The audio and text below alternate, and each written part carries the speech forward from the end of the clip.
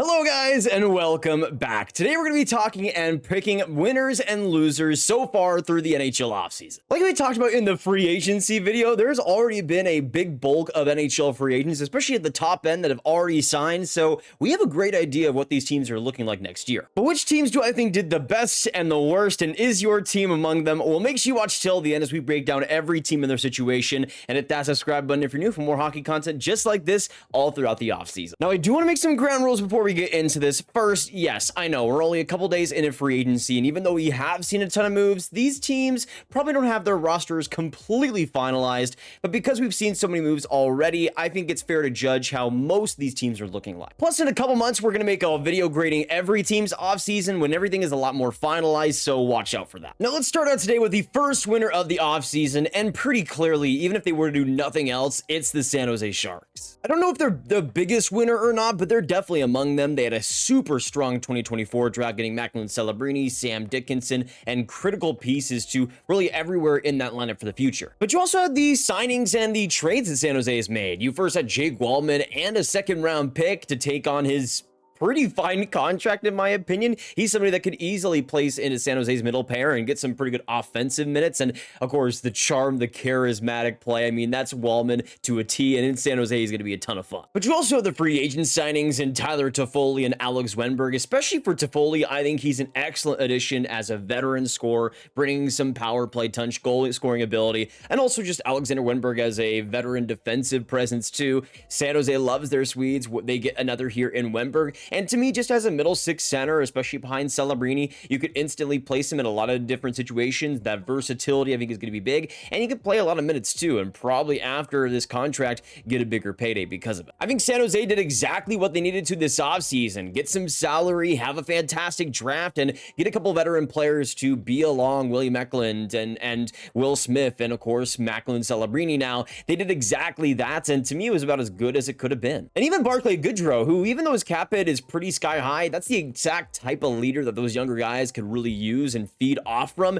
and Goodrow back to San Jose just in general is cool to see. Now, going on to the first loser this offseason, though, in a Pacific Division rival in the LA Kings. I'm sorry, any way I look at it, it's just a disappointing one to me. But even though their draft was solid in my opinion, to me their free agency was just weird to me, because we heard so much about how Rob Blake wanted to maybe go in a more exciting direction with the four group, wanting to make it more electrifying, wanting to bring more offense to the team, and in some ways they did. They traded for Tanner Jeannot, who I don't think is going to be scoring many goals for them, but in terms of physical play, he will bring that. But then they signed Nhl Edmonton to a 4-year, $3.8 million deal, and sure, we know he can cross-check, he can play in front of the net, but it's not really inspiring much hope for LA, really. The other signing they made was Warren Foegele as well, who I think could be maybe the best signing of the group, but even though he brings a lot of speed, this was also somebody that a lot of his time in Edmonton was spent kind of being on the trade block because of his big cap hit, and Edmonton just not really wanting to afford that any longer. He has some good stretches in this last year that was pretty great for him,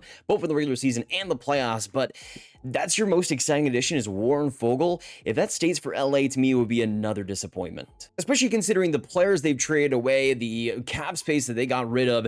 They could have easily gone out and gotten a top six forward, in my opinion, somebody to just bring more consistency offensively, but they didn't do that. And to me, LA once again projects as a low event team, which is something that I think they could have really improved on this year to become a little bit more balanced all around. You can make the case that they've leaned into their identity, but man, I don't think that identity was very good in the first place. I'm sorry. Going back to the winner side of things, though, and we keep on in the Pacific Division, next up, I have the Edmonton Oilers, who I think did struck a good balance of keeping the roster they had that, of course, sent them to Game 7 of the Stanley Cup Final, while also improving where they could. First, you have their draft, which to me was one of the best drafts they've had over the last decade, at least in terms of pure value. Sam O'Reilly, to me, is a fantastic addition for them, and Emil Vinny as well in the second round is just good stuff for them, especially in the goaltending side. He'll really boost that in the future. But I think one of the most important things for Edmonton was keeping as many of their guys as possible, because they had a lot of UFAs, but I thought they did a great job. They were able to keep Corey Perry on a 1-year deal, Matthias Janmark 3 years, $1.45 million, which I think is incredible value for him considering how good he was in the playoffs.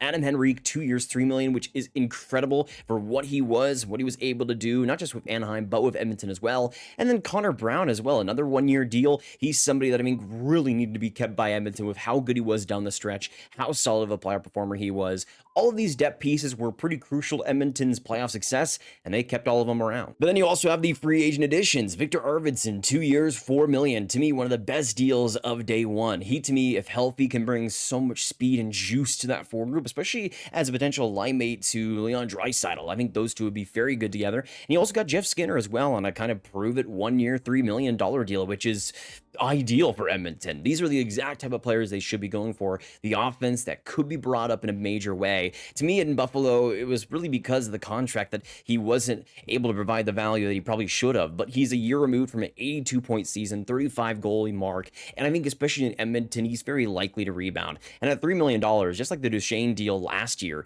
we see an offensive player bought out who's very likely to rebound again. Going on to a potential loser in this offseason, next up I got the New York Rangers. They're a team that's kind of been in a weird mode this offseason so far. They initially got rid of the Barclay Goodrow contract, which was a major win, but it didn't seem like they were able to do much after that. So they wanted to trade Jacob Trouba, and it looked like it was going to happen to Detroit, but of course he waives his no-move clause. That's not able to happen, and that's kind of log-jammed the Rangers offseason so far. After that, they were able to get Riley Smith, trade for him, and Sam Carrick signed.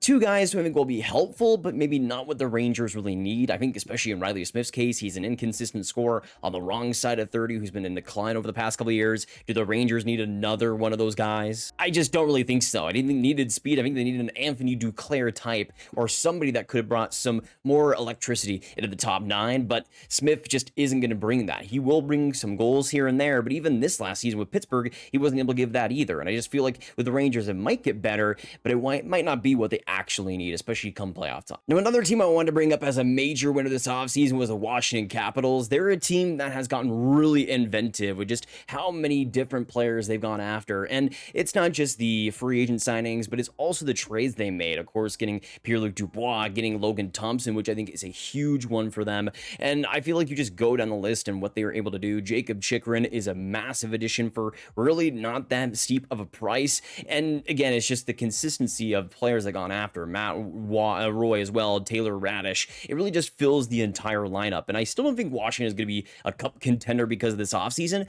but I feel like unlike the Penguins, who we will mention, I think the Capitals got pretty inventive this offseason for going after guys who can bring more elevation in the lineup. And if they do hit, bring some great play. I mean, you could say what you want about Dubois, but when he is at his best, he can be a premier center. And you got the players they've also added around him and the goaltending fixes, the defensive fixes. And to me, the Capitals solved a lot of issues this offseason. Plus, a pretty good draft too. Going on to a loser though, we go to another Metro Division team, this time out of the Pittsburgh Penguins. This was really just another uninspired offseason, at least so far from Kyle Dubas. You of course have the Riley Smith contract getting dumped, but what do you use it on? You sign Matt Grzelcyk, who's fine, Anthony Beauvillier, who's fine. Maybe the most underrated one is maybe Blake Lizotte, 2 year, 3.75. He's a pretty underrated, energetic player. But besides that, I mean, you got Kevin Hayes. Like, this Penguins team needed a Washington Capitals-like offseason reset. They needed a lot of new faces, in my opinion. They needed a lot of inventive deals, and I just don't really think the Penguins did that this offseason. Sure, I mean, getting rid of Riley Smith was a pretty obvious thing to do, but what did they do with the extra room? Kevin Hayes, Blake Lizotte? I mean, it's decent depth. It's okay depth, especially in Blake Lizotte's case, but after that, it just kind of gets underwhelming. Going on to another team that won, though, this offseason, to me, that's the Chicago Blackhawks. Now, they didn't have any one contract that I thought was incredible that I mentioned in the last free agency video, but just a lot of solid deals all around. Nothing special, but just all good across the board. You have the Ilya Mikheyev deal, getting on some players for a couple of picks as well as second rounder, which I think is always good value for a team like Chicago. You have Tyler Bertuzzi, Alec Martinez, the return of Teuvo Teravainen. You got former Badger Craig Smith, Laurent Brossoit, Pat Maroon as well, TJ Brody. I mean, the amount of veteran leadership that Chicago was able to bring this offseason was pretty incredible, honestly. They're not going to be a good team next year. We know that, but they're bringing in the right type of presences around Connor Bedard and Frank Nazar and Kevin Korchinski and giving them more stability and giving them players that can actually play in their place if they're struggling and give them some time off. To me, that was a big, big weakness for Chicago last year, especially with the injuries of Taylor Hall. They were thrown to the wolves. themselves. This next year, though, hopefully that won't be the case. And now you look at it, the Chicago Blackhawks only have $4.7 million in cap space this year, which you could say is maybe a bad thing for them, but I think it's honestly pretty telling of just how much they've been trying to build around these pieces and these young parts to really kind of solidify them and make sure that they're in the right situation. To me, I think that's exactly what Chicago has been doing and should be doing all along. But now we go on to the last loser I want to mention here for today, and a team that honestly was pretty disappointing this offseason again, and that's the Buffalo Sabres.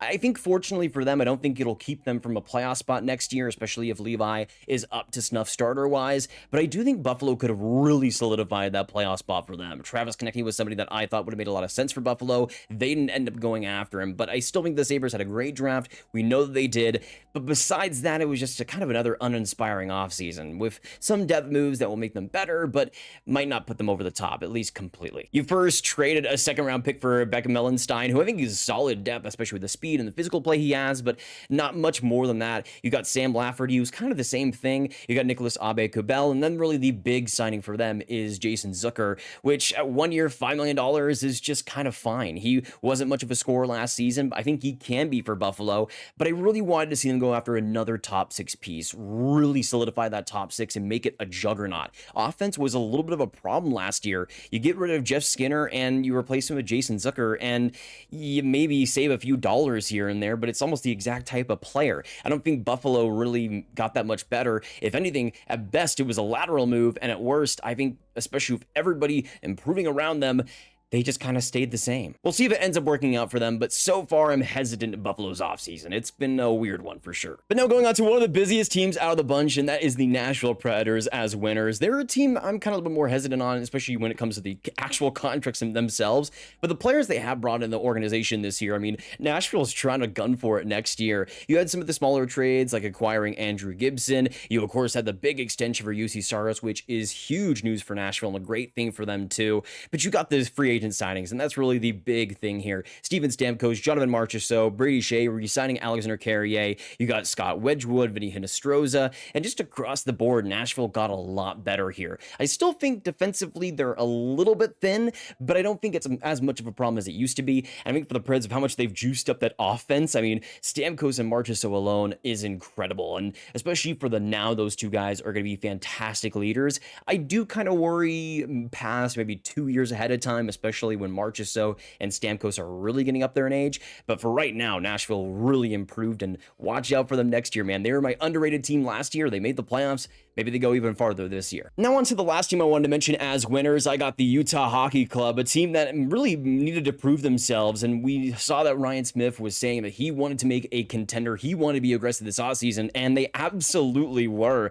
I mean, they're a team that just throughout all of this has been so aggressive with their trading, and that's really been the big thing. On top of a great draft for them, they of course got Mikhail Sergachev, which is a huge addition on that defense, on top of John Marino, and those two guys solidified top 4D, especially in Sergachev's case. So I think when healthy can be a top pair D, really changes things. The big weakness for Utah and then Arizona was the defensive structure and the players around them. They just weren't up to snuff, and they were playing in positions they really shouldn't have been. Now you get guys who can really play up the lineup and play big minutes, and I think for Utah that's going to make a world of difference. I still don't know if they're an actual playoff team. I think we have to wait and see what the rest of the offseason has in store, but honestly, the moves they needed to make, they did, and they're going to be a sneaky team, man. If they make the playoffs, I would not be surprised. But now going on to the last team I want to mention in general here, and this is what we're going to call the too early to tell tier. I have the Detroit Red Wings. This has been a weird offseason. They got rid of so much cap, and they got so much space, which I thought was going to lead to a major free agent signing like a Steven Stamkos or a Jake Guentzel. To me, I thought they were a lock for at least one of those guys. But then they got nobody. They re-signed Patrick Kane, sure, but outside of that, what do? They signed Cam Talbot, I guess, but they have $21 million in cap space. To me, Detroit was just, and they were gearing up for something. It felt like Steve Yzerman was gearing up for a massive Nashville Predators type of free agency, especially with how active he had been in free agencies before. This quietness is unlike him. It's very strange this offseason for Detroit so far. I didn't like the Jake Wallman deal when it happened, but I thought there would be someone big on top of it to make it worth it. We don't know what it is yet, but I'm still hoping there is something. I don't want to call it out completely yet and call them as losers because I still think something's in the chamber, but if there's not, then things get dicey. But those are some of my winners and losers so far through the NHL offseason. I would love to hear your thoughts down below and your opinions on who you think are the biggest winners and losers so far and what tier your team would be in. Would they be in the middle? Would they be losers? Would they be winners? I would love to hear your thoughts down below. Of course, hit that like button, hit that subscribe button, and hit that notification bell if you haven't already. And share the video with all the hockey fans you guys know online. I will see you in the next one, and I hope you have a great day. Goodbye.